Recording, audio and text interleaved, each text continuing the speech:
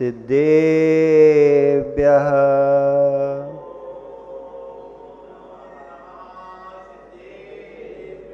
ॐ नमः सिद्धेभ्यः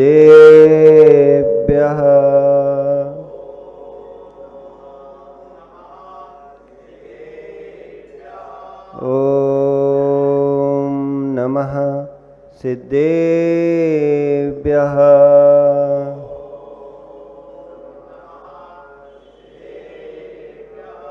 नमः श्रीवर्धमानाय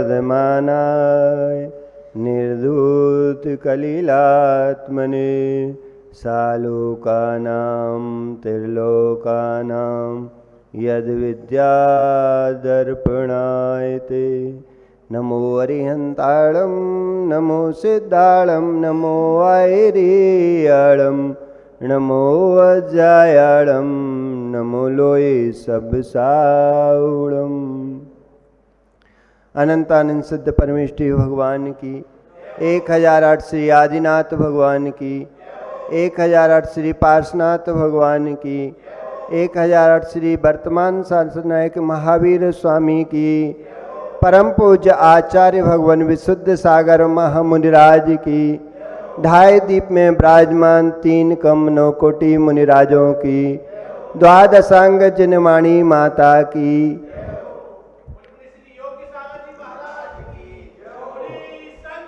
भवबंधु वर्तमान शासन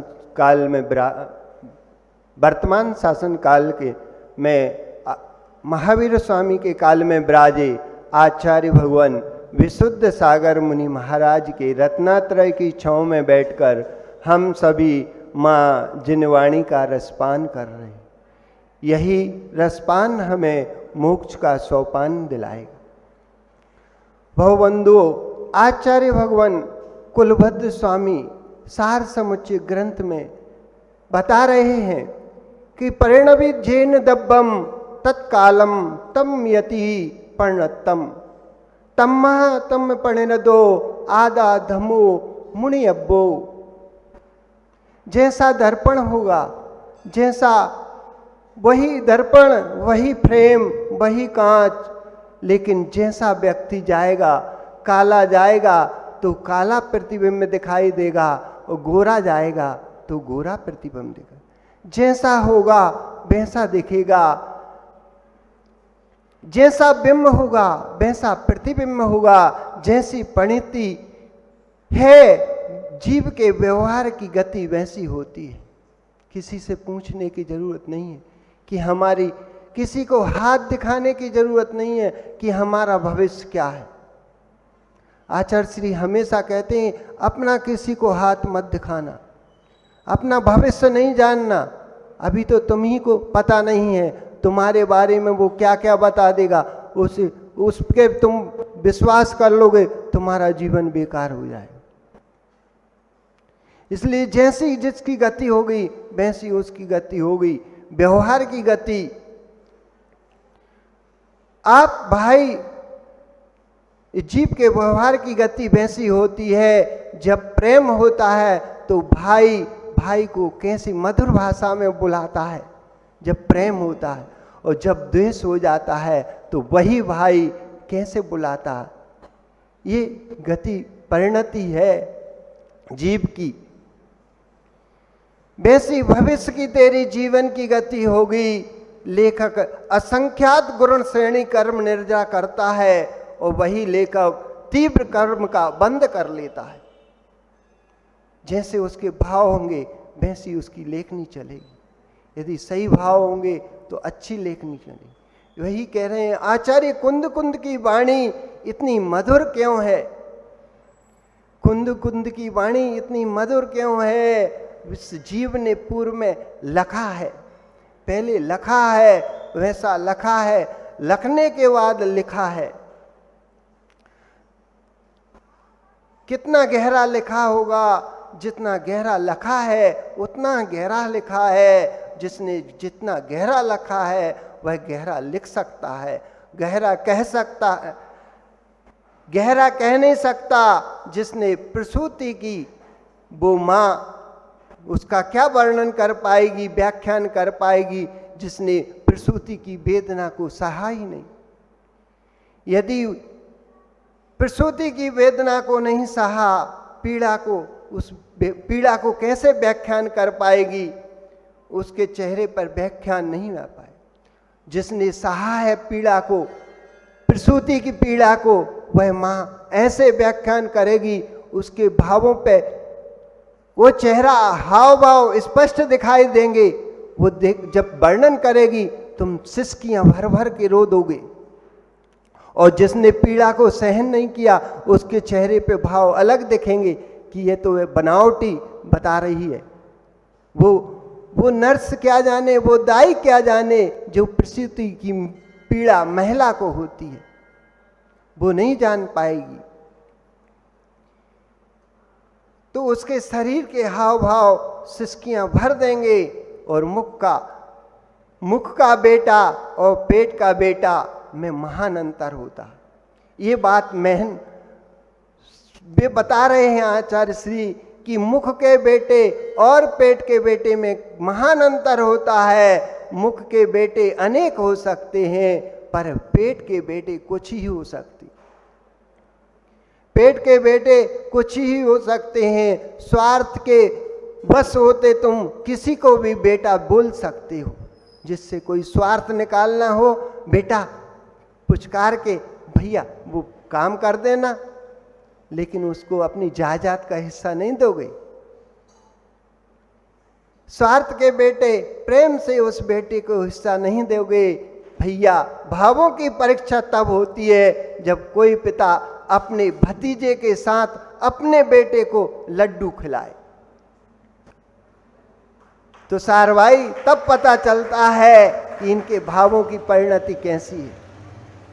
कितना ही पिता, एक दृष्टांत सुनाया था आचार्य श्री ने कि एक छोटा भाई एक बड़े भाई के बेटे को और अपने बेटे को साथ में मिठाई दिला के लाया, लेकिन एक थैली में एक लड्डू ज्यादा था और एक में कम था।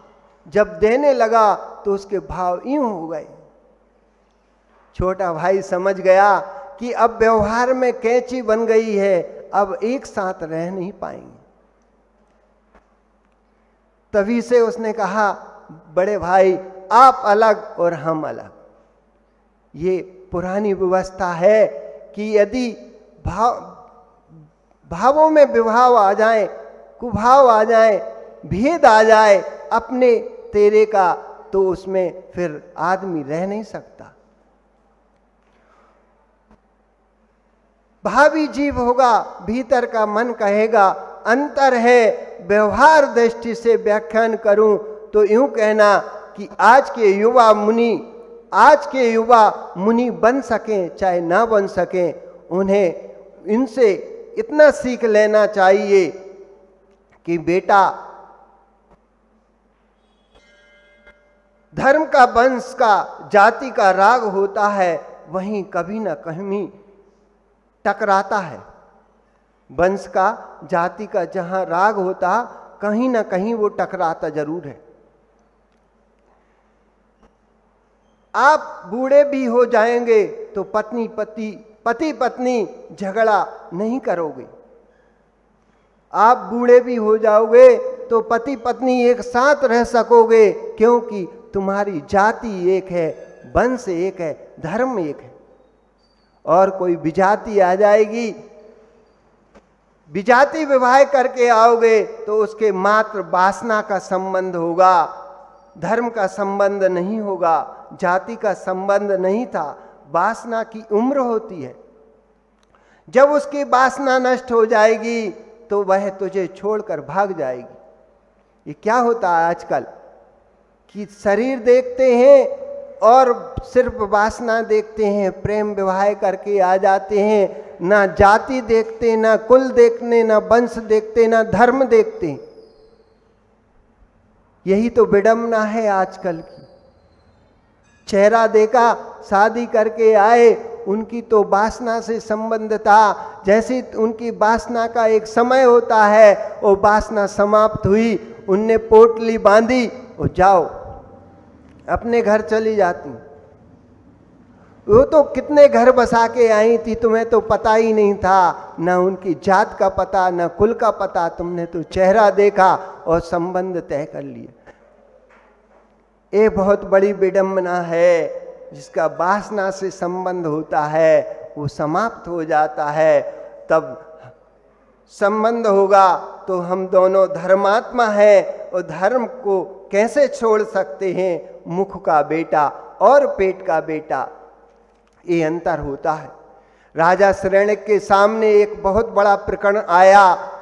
एक पुरुष की 2 शादी हुई, और जब उसका 2 पत्नी थी, 2 पत्नियों के बीच में एक के संतान थी, वो भी एक बेटा था, और पति का कुछ दिनों बाद वियोग हो गया। अब बेटे के बिना कैसे जी सकें? तो दोनों कहती हैं कि ये मेरा बेटा है, ये मेरा बेटा है। वो कहती मेरा बेटा है। दोनों में झगड़ा होने लगा। बात राजा तक पहुंची तो राजा ने कहा कि अब राजा शरण्यक के पास ये बात आई तो सभा में बैठे थे, उन्होंने कहा भाई फैसला करते हैं। वो कह रही है बेटा मेरा है, जिसने नहीं जन्मा वो भी कह रही नहीं बेटा मेरा है। अब वो तो दोनों माँ के बीच में पला था, उसे भी पता नहीं था कि सगी माँ मेरी कौन सी है। दोनों इतना प्यार देती थीं। जब राजा शरण्यक थक गए कि भाई ये निर्णय नहीं हो सकता, जब पास में बैठे अभय कुमार को इशारा किया कि भाई तुम ही कोई सूक्ति अपनाओ। अभय कुमार ने पूछा कि माँ बेटा किसका है? तो वो भी कहती है बेटा मेरा है, वो कहती बेटा मेरा है। ये निर्णय अभय कुमार कहने लगे पिताजी ये निर्णय हम कल कर पाएंगे, आज इनको जाने दो। जब सुबह हुई फिर से राजसभा लगी और वो माँ लेकर आई दोनों बेटे को। तो अभय कुमार ने फिर से पूछा माँ बताओ बेटा किसका है? वो भी कहती है बेटा मेरा है, बेटा मेरा है। तो अभय कुमार बहुत दिमाग के तेज थे, उन्हें बहुत सूक्ति आती थी। तो उनने कहा ठीक है माँ, अब तुम्हारा भी बेटा है, इनका भी एक ही बेटा है, तो निर्णय कर देते हैं। बेटे से कहा तुम लेट जाओ। बेटा लेट गया। बेटा भी कुछ कह नहीं सका कि मुझे क्यों लिटा रहे हो। राज दरबार में है, कह नहीं सकते। जो राजा का फैसला होगा उसे मानना पड़ेगा। यदि विपरीत करते तो राजदंड के अधिकारी, तो डबल दंड पाना पड़ेगा। इसलिए वो लेट गया और अभय कुमार ने एक चमचमती तलवार मंगाई। सिपाही से कहा कि इसके 2 टुकड़े कर दो। उनका विचार नहीं था ऐसा कि इसके 2 टुकड़े कर दें, उन्हें तो फैसला करना था। कहले पुलिस सिपाही से बोले इसके 2 टुकड़े कर दो। फिर भी एक बार और पूछ लेते हैं क्यों माँ बेटा किसका है? तो जो माँ का बेटा नहीं था, सौत का बेटा था, वो कह रही थी हाँ कर दो 2 टुकड़े, हम एक एक ले लेंगे। लेकिन जिसका माँ का बेटा था वो कहने लगी नहीं नहीं तुम इसी को दे दो। यदि जिंदा रहेगा तो मैं देख के जीवित रहूंगी, भले इसके पास रहे, लेकिन चला गया तो फिर हम किसका सहारा लेंगे? अभी तो हम देख के जी लेंगे। तो अभय कुमार ने कहने लगे पिताजी निर्णय हो गया, जो माँ कह रही है कर दो, वो कभी प्रसूति नहीं बन सकती है। जो माँ जिसके माँ के अंदर दया है, धर्म है, वात्सल है, वही इसकी माँ है। उन्होंने कहा निर्णय हो गया। वो माँ कहने लगी कि इसी को दे दो, मैं देख के जी लूंगी। सच्ची माँ तो वही थी। बीच में एक और वृतांत आचार्य बता रहे थे, माँ बेटा मेरा है, बेटा मेरा है, माँ बुरा मत मानना। प्रकृति ने आपको एक बहुत बड़ा अस्त्र दिया है, आपको पता है? ये बहुत बड़ा अस्त्र है आपके पास किसी को भी मनाना है, किसी को बात को स्वीकार कराना है, बस थोड़े से आंसू बहा दो और अपना काम बना दो। लेकिन हर किसी का, समझदार का वहाँ नहीं चलता विचार। मानो बहुत अस्त अस्त आपके पास आता है, ना समझी आपके अस्त से प्रभावित होता है, समझदार प्रभावित नहीं होता।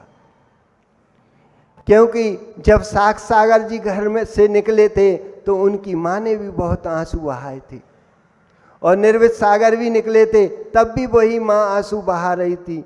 लेकिन ये समझदार हो गए थे गुरु पास आकर के कि हमें तो तुम कब तक रोक सकोगी और तुम हमारे साथ कब तक रह सकोगी, इसलिए हमें जाने दो। इन आंसुओं में हम नहीं बचने वाले, हमें नहीं बचा पाएंगे, हमें तो जाना है।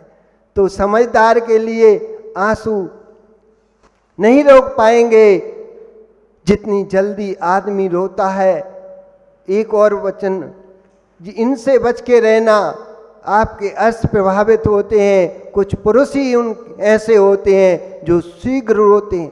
एक वृत्तांत माँ का दे दिया, एक पुरुषों का भी है। आपको बता दें कि कुछ पुरुष ऐसे भी होते हैं जो भावुक में जरा में रो लेते हैं और जरा में क्रोधित भी हो जाते हैं। ऐसे लोगों से भी बच के रहना। जो जरा में आंसू बहाएं वो कभी किसी के काम में नहीं आ सकते। जरा में भावुक हो जाएं, जरा में आंसू टपका दें और जरा में क्रोध दिखाने लगें तो वो भी किसी के काम में नहीं आते। कब मचल जाएं, कब रूठ जाएं। जिसका पुत्र था वह इतनी भाव प्रकट कर रही थी, अंत में शरीर परास्त हो गए और बेटे ने उसका निर्णय कर दिया। सच्ची माँ यही है, कह रही है इसी को दे दो, पेट का बेटा, कंठ का बेटा। जो जैन कुल में जन्म होता है वही निर्गंत गुरुओं पर और अरिहंत पर श्रद्धा रखता है। और जो विजातीय आ जाते हैं वो धर्म दिखाने के लिए तो होते हैं, लेकिन अंदर के भाव नहीं होते उनके कि हम सच्चे जैनी। सच्चा जैनी तो वही होता है जो जैन कुल में जन्मा होता है, जिसे जन्म घुट्टी में देव शास्त्र गुरु के प्रति श्रद्धा पिलाई जाती है। जिसने जन्म घुट्टी ही नहीं पी वो क्या जाने देव शास्त्र गुरु क्या है। तुम्हारे सामने देखा देखी नमोस्तु करने सीख गए तो वो तो बस इतने ही झुक के जाएंगे और घर जाके वही उनका भोजन होगा, ना रात्रि का त्याग होगा, ना आलू प्याज का त्याग होगा। वो तो तुम्हारी वासना की पूर्ति कर पाएंगे। और जैसी तुम्हारी वासना पूर्ति हुई कि वो पुटरिया बांध के अपने घर चली जाएगी, वो कुलवधू नहीं कहलाएगी। कुलवधू तो वही कहलाएगी जो जात की होगी, धर्म की होगी, समाज की होगी और देव विवाह जिसने किया होगा वही तुम्हारी कुलवधू कहलाएगी। जिसने राक्षस विवाह किया होगा वो कुलवधू है ही नहीं। राक्षस विवाह कौन सा विवाह है? जो प्रेम विवाह करते हैं वो राक्षस विवाह है। जो समाज और वरिष्ठ जनों के सामने विवाह होता है वो देव विवाह कहलाता। अपने यहाँ देव विवाह की ही परंपरा है। इसलिए तो आचार्य श्री कहते हैं कि भाई हम तुम्हें 4 जनों के बीच में भी दीक्षा दे सकते हैं, लेकिन वो दीक्षा मान्य नहीं होगी। जो समाज के बीच में दीक्षा होगी वही मान्य होगी। जो समाज की साक्षी में होगी वही दीक्षा होगी। इसलिए शादी भी करो तो समाज के, जाति के, रिश्तेदारों के बीच में वही साक्षी, सबकी साक्षी में होती है, वही शादी मान्य होती है। इसके साक्ष्य का प्रमाण साक्ष्य ही है। उस साक्ष्य के सामने चलते हैं जो साक्षात जिनदेव का प्रमाण है। बोलो आचार्य भगवान विशुद्ध सागर मुनि महाराज।